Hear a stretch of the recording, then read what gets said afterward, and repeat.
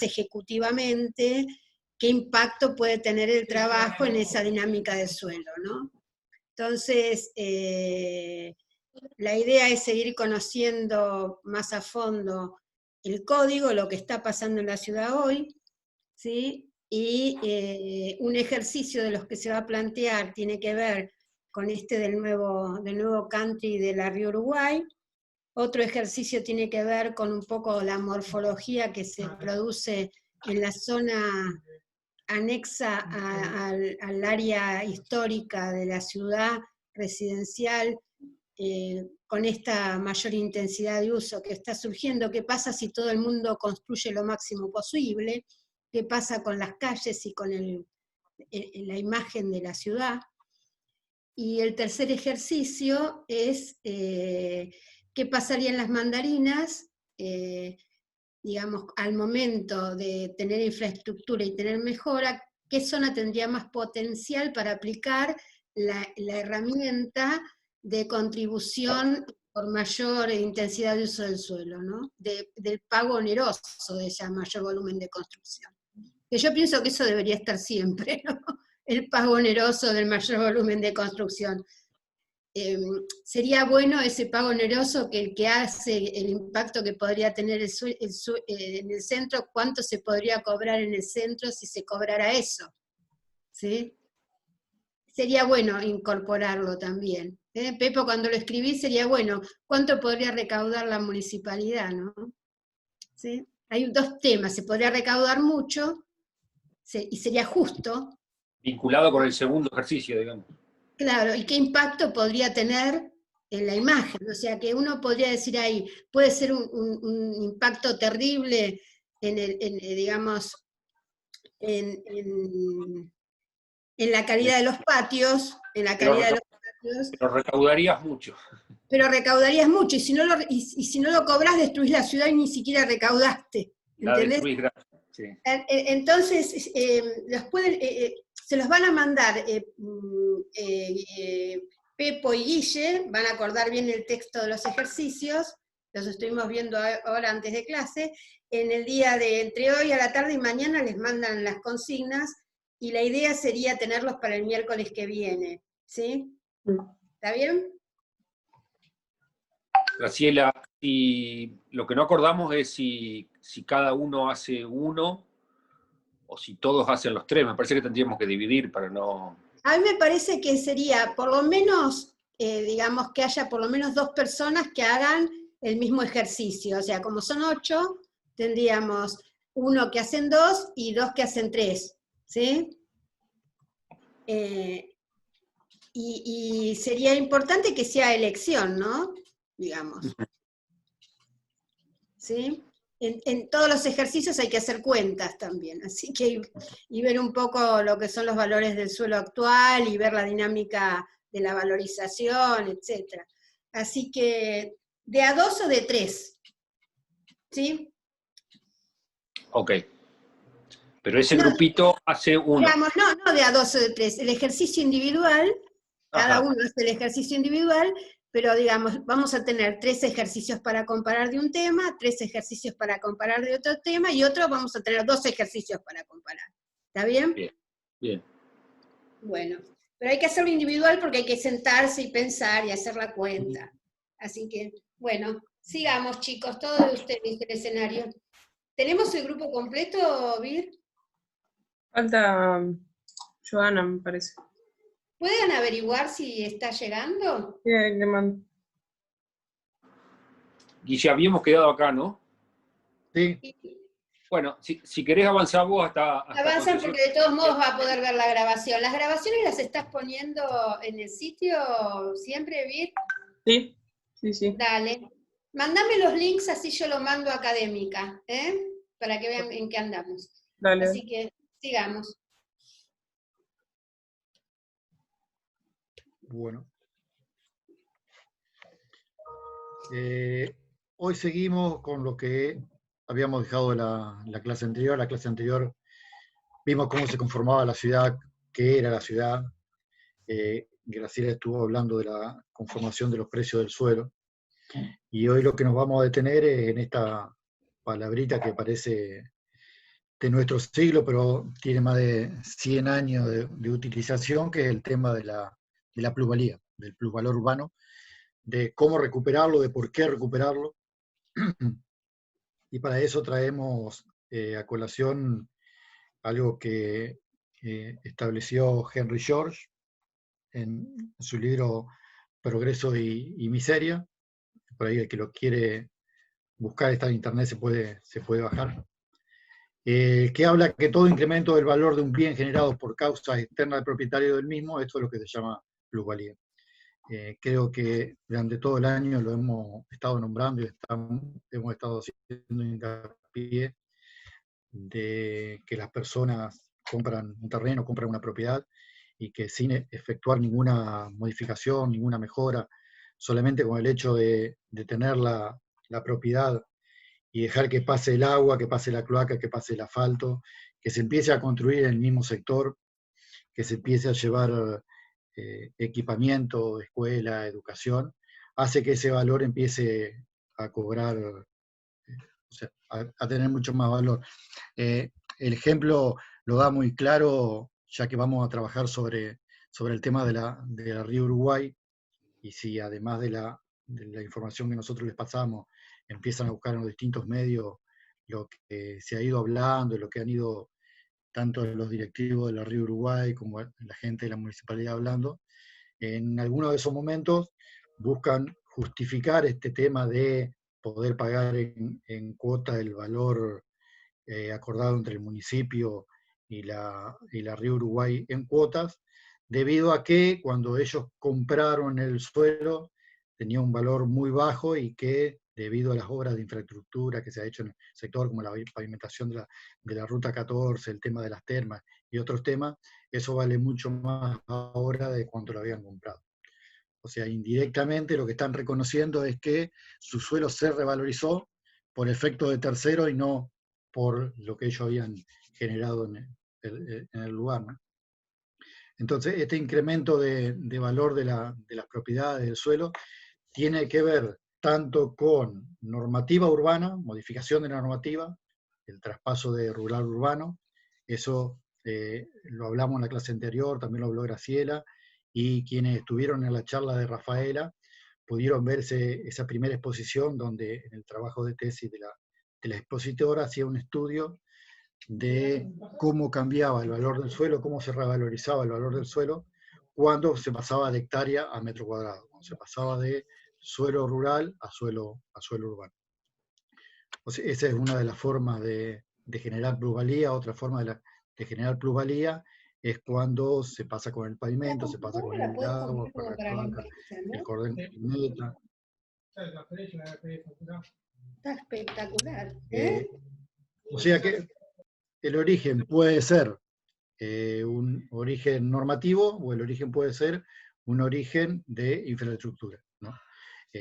Todos conocen, y es uno de los instrumentos más conocidos, aunque no se lo asocia con la recuperación de plusvalía, es lo que tiene que ver con la contribución de mejora, que vamos a hablar más adelante. O la contribución por mejora lo que hace es recuperar parte del plusvalor generado por una obra de infraestructura en un bien.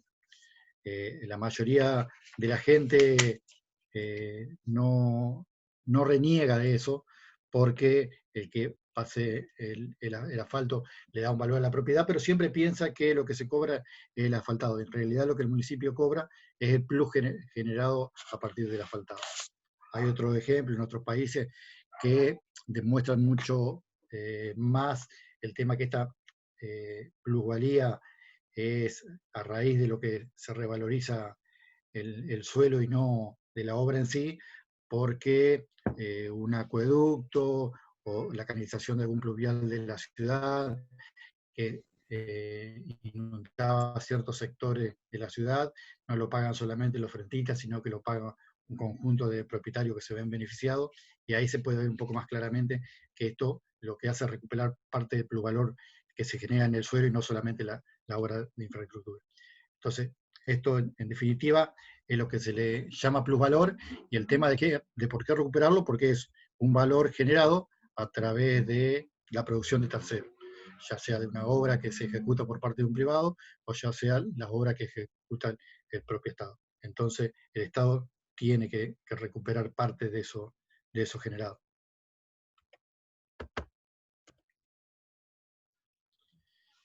Entonces, ¿cómo se recupera esto? ¿O cómo se utiliza o para qué sirve la plusvalía? Por un lado, para recaudar. Recauda dinero que debe ser, y acá es muy importante, que debe ser destinado para obras de infraestructura. De nada sirve recuperar plusvalías urbanas para que ese dinero pase a la caja general de los municipios para pagar cuentas sueldo o para comprar materiales. Siempre traemos a colación una ordenanza que se hizo hace unos años atrás en la ciudad de Basada del Bazo, donde el municipio vendía suelo para comprar guantes y botas. O sea, lo que se recauda plusvalía es para infraestructura, es para comprar suelo urbano, pero nunca para otros gastos que son del municipio o para cuentas generales. Creo que este tema de las recaudaciones por recuperación de plusvalía o las recaudaciones como ser para restringir el uso del automóvil, como puede ser el estacionamiento medio, tiene que ir a cajas específicas y no a una caja general, porque pierde el valor y el sentido para que ha sido creado. Este recupero de plusvalía también sirve para regular el uso del suelo. Lo van a ir viendo ustedes en los distintos instrumentos que vayamos explicando con Pepo, cómo podemos, con ese cobro de plusvalía, regular el uso del suelo. ¿Cómo podemos redistribuir? O sea, verán que cuando se recupera plusvalía generada en un sector, ese dinero, esa carga, ese beneficio es utilizado en otro sector de la ciudad, porque si lo volvemos a reutilizar en el mismo sector donde se generan, volvemos nuevamente a generar las plusvalías. Supónganse en una obra de asfaltado, de alumbrado de alguna calle, se les cobra al frentista el plusvalor y ese plusvalor se dedica a mejoramiento de veredas o el arbolado público. O sea, lo único que hacemos es volver a valorizar aquel bien que habíamos valorizado en un principio. Y otro tema es también compensar y poner limitaciones al uso del suelo. No sé, Pepo, si vos querés seguir con los instrumentos de esto. Sí, volvemos un poquito a lo anterior, dice.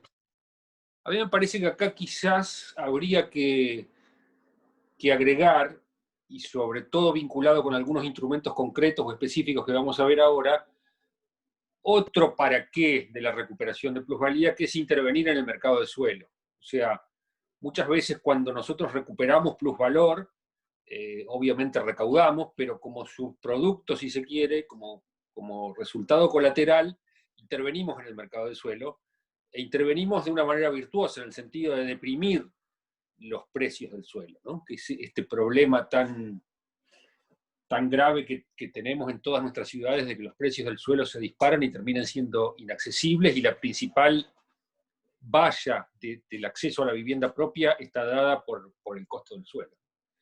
Entonces me parece que otro objetivo... Ahí cuando dice compensar, lo que uno está diciendo, ¿no podría incluirse en compensar limitaciones de la dinámica urbana? Porque esa palabra compensar pareciera... Entre compensar y regular.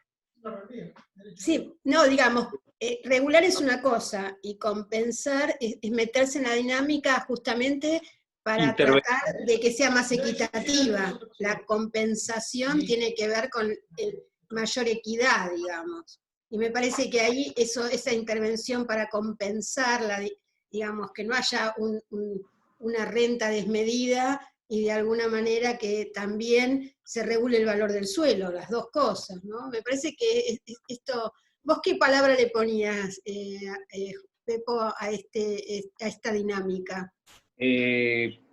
Yo pensaba que agregarle, pero quizás está comprendido de manera genérica, intervenir en el mercado del suelo.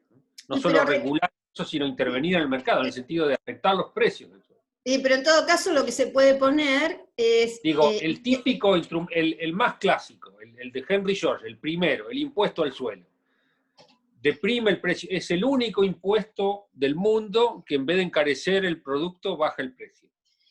Está bien, y compensar, ¿cómo, digamos, cuál sería la función de compensación? No sé, Guille, con qué sentido está puesto. Compensar, yo hago una obra en un sector de la ciudad, suponete, en el centro de la ciudad hago una obra de infraestructura donde los frentistas pueden hacer frente a ese pago de plusvalor porque tienen cierto poder económico, y lo que recaudo ahí lo llevo a un barrio de bajos recursos donde sé que el plusvalor no lo voy a poder cobrar porque son gente de bajos recursos. Entonces ahí compenso lo que estoy recaudando en un sector, en otros sectores que son los que no pueden llegar a Bueno, poder pagar. entonces Está muy vinculado con la que está arriba, ¿no? pero son Sí. todas intervenciones. A mí me parece que uno podría decir, recaudar es una función netamente, digamos, financiera, económica, junto a plata. Regular, redistribuir y compensar tiene que ver con intervención en la dinámica del suelo, las tres, ¿sí? Porque de alguna manera el redistribuir tiene que ver con recaudo en un lado y pongo en otro, compensar, digamos, trato de mejorar la calidad de vida en un barrio que está desfavorecido. Por ejemplo, en la ciudad de Buenos Aires hizo un trabajo y en general las inversiones eran siempre en la zona norte, había muy pocas inversiones en la zona sur. Y se había comprobado que, comparativamente, los vecinos de Lugano pagaban mucho más de lo que recibían con lo que era el impuesto de Abele. O sea, que era injusto en función del mantenimiento de las calles, del mantenimiento del arbolado y de lo que se destinaba del erario público a ese sector con respecto a lo que se aportaba, ¿sí? Cuando yo estoy planteando una obra de gran magnitud, y en general esas obras de gran magnitud, o de pequeña magnitud, renovación de veredas, se dan siempre en alguna zona, por algún motivo, porque es el votante más difícil de atraer, o por algún motivo político, X, donde más habitan las personas que me votan, o lo que fuere, es algo que deja de tener relación con esto de la compensación. Ese trabajo fue muy impresionante, lo había encargado Enrique Olivera y quedaba claro que el sur financiaba al norte. El sur financiaba al norte. Así que me parece que uno podría decir estas tres, la que no sean recaudar, serían intervenciones en el valor del suelo, porque para redistribuir también intervengo, haciendo acciones en otro lugar, ¿sí? Correcto. Entonces, recaudar es una, y las otras tres son intervenciones en la dinámica del suelo, ¿sí? Sí, asimismo, los instrumentos también suelen ser recaudadores y regulatorios a la vez. Y o sea, lo vamos a ir viendo con el correr de explicar los instrumentos. Pero como ser la tasa diferencial, por un lado recauda y por otro lado regula. El tema es cuando estos instrumentos se utilizan mal y solo se utilizan para recaudar y no para regular. Y ahí sí Claro, puede además es cierto que depende de cómo se tasan las propiedades. Como dice Henry George, planteaba el valor del suelo. Está el suelo y lo construido. Y lo construido cómo se tasa, y el suelo cómo se tasa. Entonces, ¿qué pasa si yo planteo suelo y está construida una vivienda colectiva? ¿A todo el mundo le cobro el suelo? Ese valor suelo, ¿cómo es cuando hay una sola vivienda o cuando hay 10 o 20 o 30 en ese suelo, digamos? ¿Sí? Son todos temas que hay que pensar muchísimo, digamos. Esto tiene que ver con la capacidad regulatoria y la equidad regulatoria. Entonces me parece que al momento de fijar, por eso es muy importante el observatorio, muchas veces en el observatorio de los precios del suelo, para poder fijar con más equidad los impuestos, sobre todo que tienen que ver con el suelo. En general son tasaciones. Todo el mundo te dice, ¿cuál es el valor fiscal de la propiedad? Y la base de todo es cómo se fija el valor fiscal de la propiedad. Hay propiedades que están subtasadas y propiedades que están sobretasadas. Entonces, esa tasación es la que determina la equidad también, ¿sí? ¿Está bien? Es muy interesante el hecho de ser tasador, de tasar con justicia, digamos. El ejercicio de tasación desde el punto de vista urbano, tiene que ver con la localización, con los equipamientos, con la accesibilidad, con las actividades que se desarrollan, con la calidad ambiental, ¿sí? Es bastante interesante. El ejercicio que vamos a hacer con respecto a las mandarinas tiene un poco que ver con eso, ¿no? ¿Cómo va a cambiar la tasación? ¿Sí? Nos vamos a convertir en unos como aprendices de tasadores. Yo hice una vez una tasación judicial y me encantó hacer tasación. Es muy lindo ser tasador, digamos. ¿Sí? Hice una tasación de una fábrica y era muy interesante, tasar terreno y tasar edificio. Fue muy interesante. Bueno, sigamos. Bueno, dale, Guille.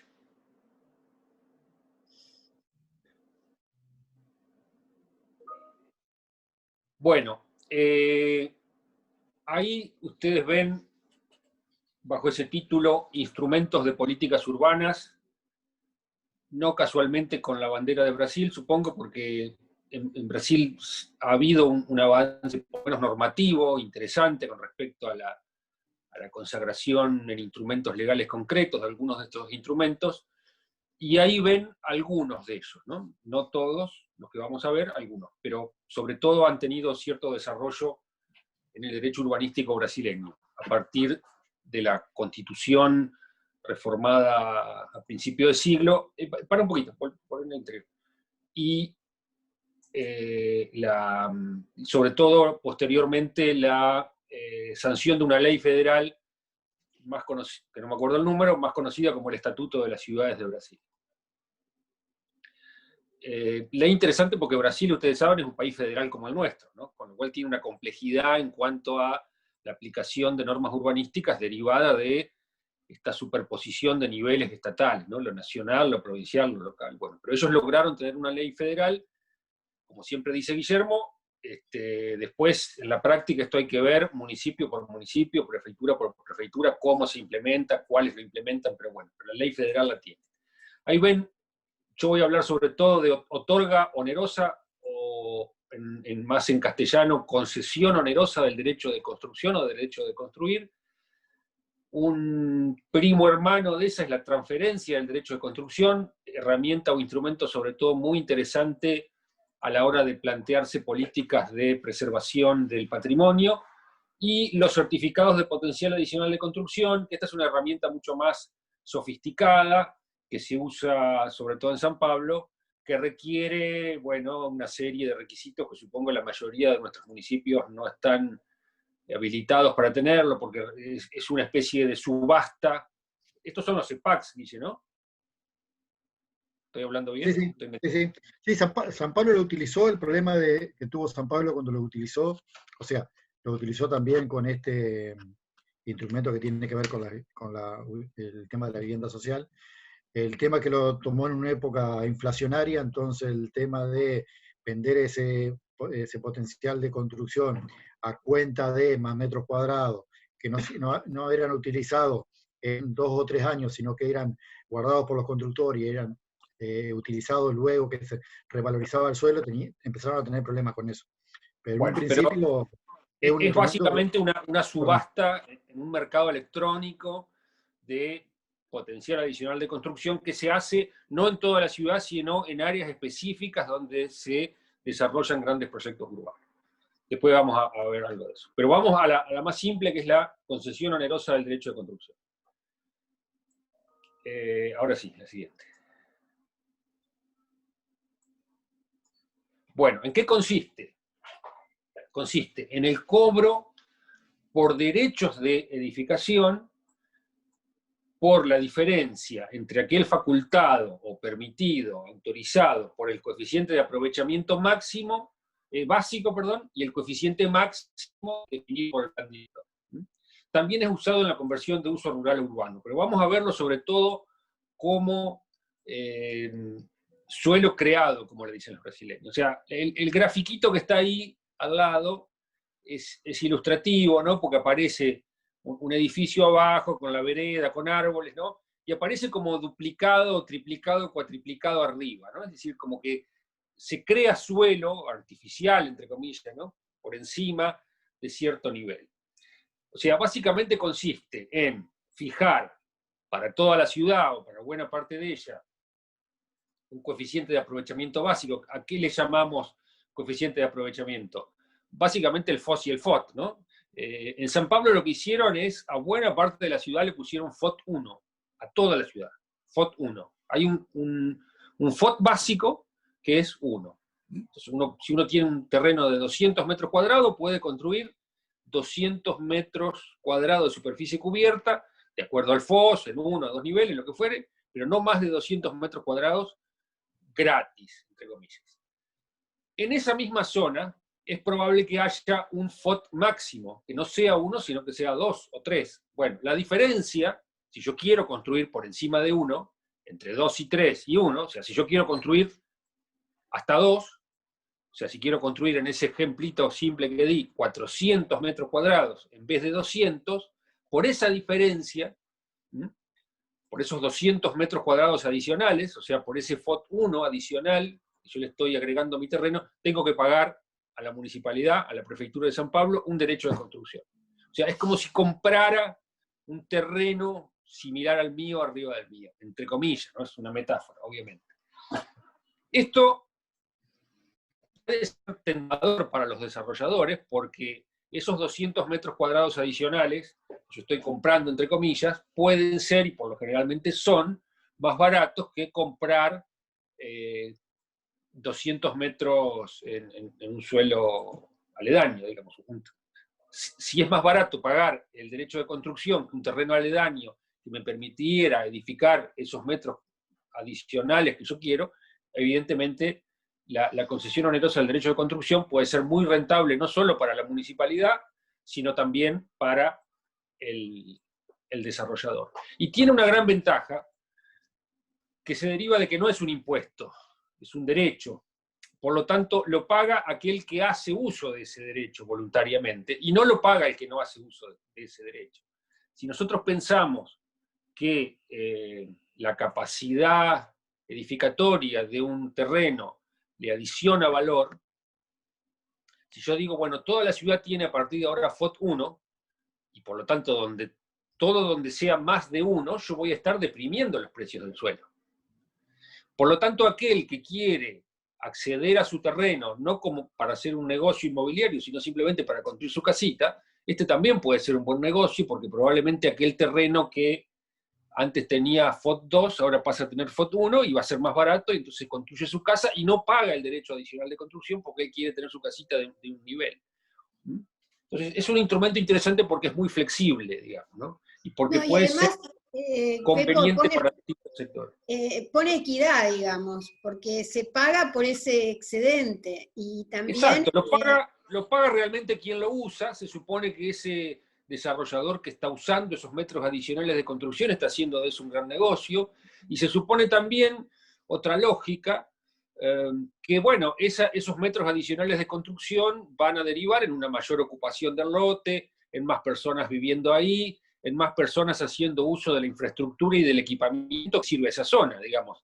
El caño de agua que ya pasaba y el caño de cloaca, bueno, van a tener mayor desgaste, mayor uso, porque va a haber mayor gente aprovechando esa infraestructura, y entonces realmente lo usa aquel que lo paga o aquel que hizo de ese aprovechamiento un negocio inmobiliario. Y además hay un tema para el desarrollador que en general los espacios comunes, porque en general esto tiene que ver, digamos, con propiedad horizontal, los espacios comunes, ciertos, desde la escalera hasta los cimientos, si uno hace el cálculo, un piso más o 2 pisos más, realmente no incrementa el valor de la construcción, es un gran negocio hacerlo, ¿sí? Desde el costo de la vereda hasta el costo del medio de circulación vertical, pasando por la impermeabilización de la cubierta. Yo tengo una misma cubierta con toda la problemática que eso significa, ¿no?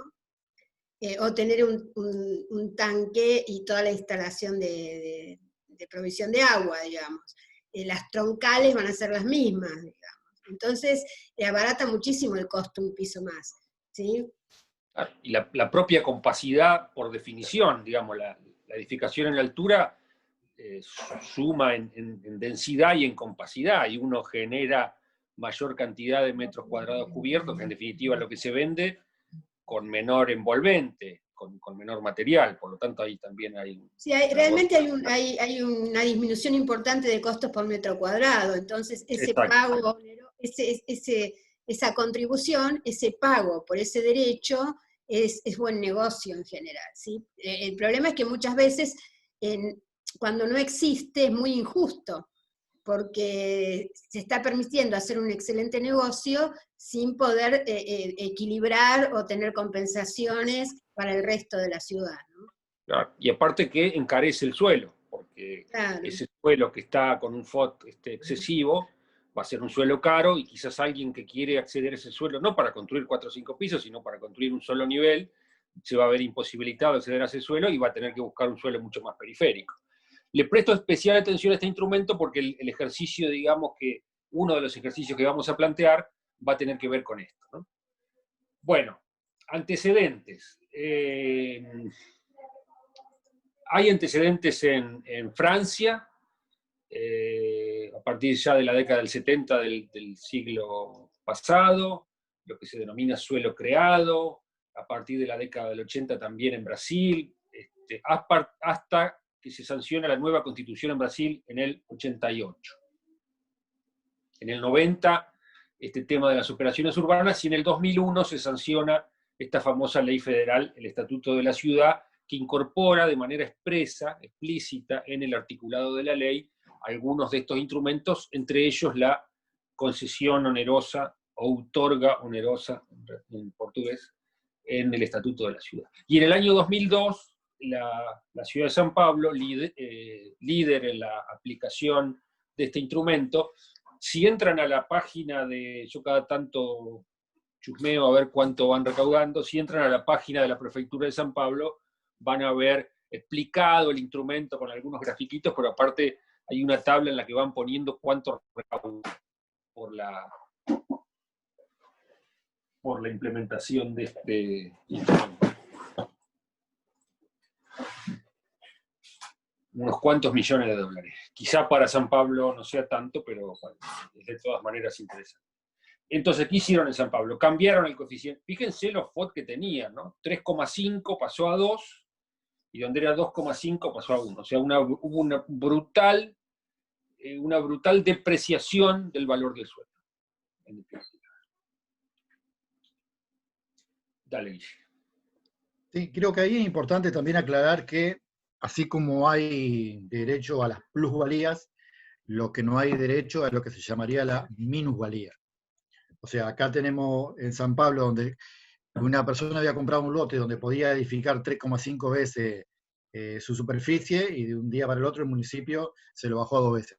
Entonces, acá viene la frase de Smolka, donde no hay derecho adquirido sobre lo que no hay construido.